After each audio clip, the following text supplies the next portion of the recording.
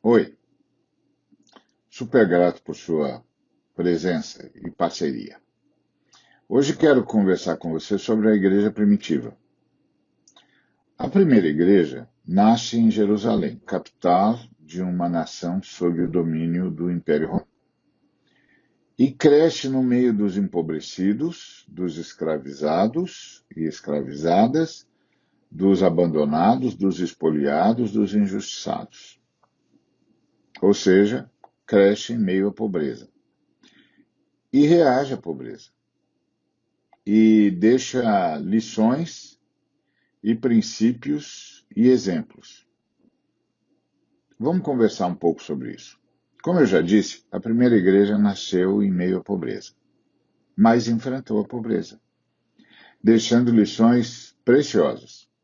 Começou reagindo à pobreza, não sendo tolerante para com a realidade em que os empobrecidos estavam imersos.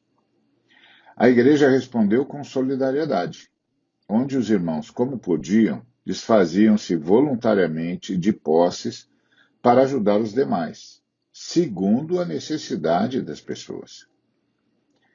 Se depreende daqui a existência de um padrão mínimo, que rebaixado acionava o socorro. E o padrão de socorro não era determinado pelas posses dos doadores, era determinado pela necessidade dos beneficiários.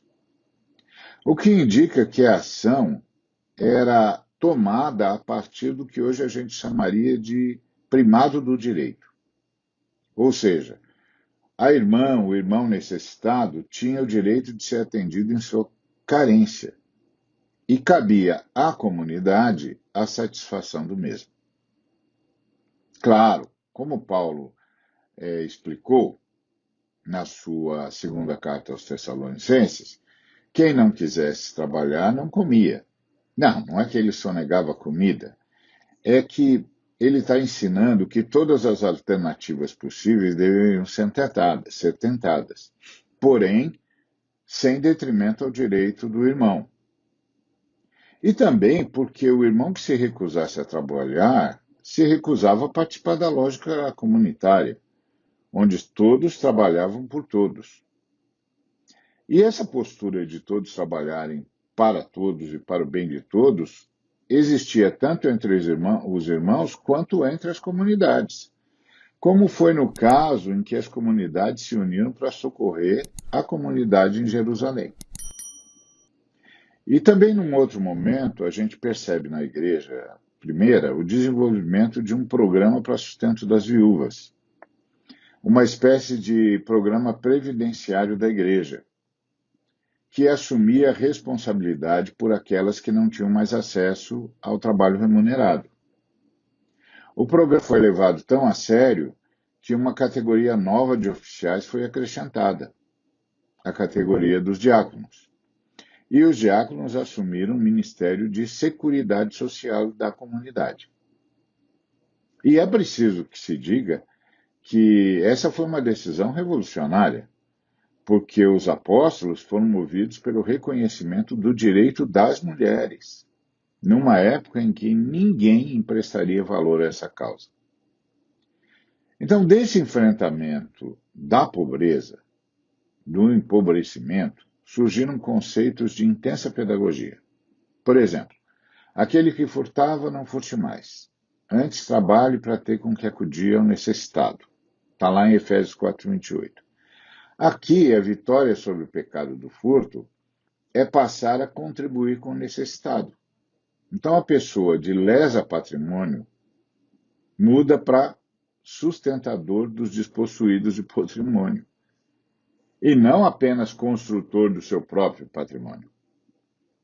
Inclusive, dá até para pensar que, para o apóstolo, o ato da acumulação se assemelha, de alguma maneira, ao furto.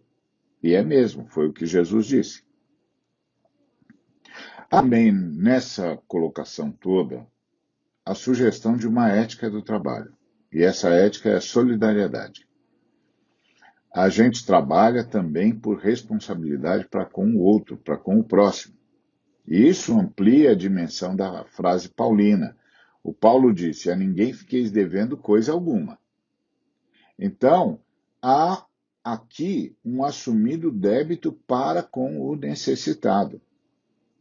E Paulo explica isso, dizendo, porque não é para que os outros tenham alívio e vocês sobrecarga, mas para que haja igualdade, suprindo a abundância de vocês no presente a falta daqueles, de modo que um dia a abundância daqueles venha suprir a falta de vocês. E assim haja igualdade, como está escrito. O que muito colheu não teve demais, e o que pouco colheu não sentiu falta ou não teve falta. Está lá em 2 Coríntios 8, de 13 a 15. E essas palavras foram ditas no contexto da coleta para a igreja em Jerusalém.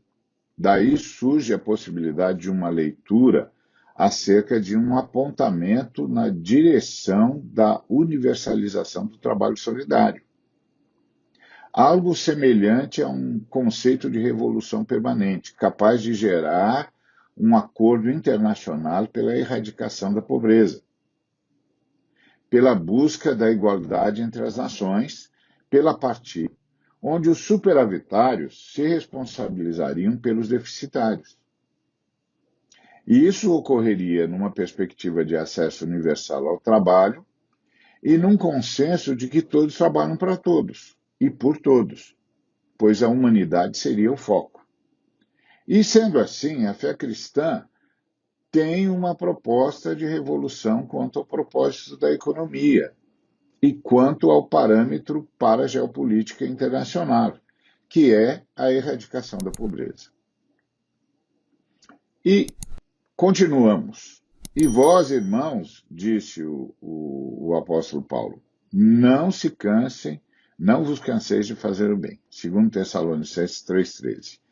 Esse estímulo, dito no contexto da tentativa de alguns se aproveitarem da bondade da comunidade, desafia a toda a igreja a estabelecer estes valores de solidariedade como inegociáveis, a despeito de quaisquer tentativas de abuso. O bem aqui, portanto, pode ser entendido como esse conjunto de valores que configura uma ética do trabalho para o combate à pobreza. Como está escrito na lei de Moisés, não atarás a boca ao boi que debulha o trigo. 1 Coríntios 9:9. E o lavrador que trabalha deve ser o primeiro a participar dos frutos. 2 Timóteo 2,6. Então, onde é que a ética dos apóstolos coloca o trabalhador? Como o primeiro e privilegiado beneficiário do seu trabalho. A exemplo do boi, que não pode ser impedido de ser o primeiro a desfrutar de sua produção, a mesma coisa é com o trabalhador, a trabalhadora. Até porque o trabalho, na perspectiva dos apóstolos, é para a solidariedade voluntária. Então, o trabalhador, a trabalhadora, para poder exercer essa partilha, tem de ter o que partilhar. Tem de ser o senhor, a senhora do seu trabalho. Então, aqui, mais do que um princípio ético, tem um postulado econômico, que é o trabalhador tem de ser o primeiro a desfrutar do resultado do seu trabalho. E o desenvolvimento desse primado, desse conceito, vai redefinir a administração dos meios de produção e redefinir a administração do lucro. Então, a primeira igreja, na sua intolerância para com o estado de pobreza, propôs abordagens desafiadoras, que são pertinentes e que mantêm a atualidade. É isso que a nossa fé ensina. Grato por sua atenção, deixa o seu like, toca no sininho para receber as notificações. E se você ainda não é inscrita ou inscrito, inscreva-se. Tudo isso é para a nossa edificação. Deus abençoe você.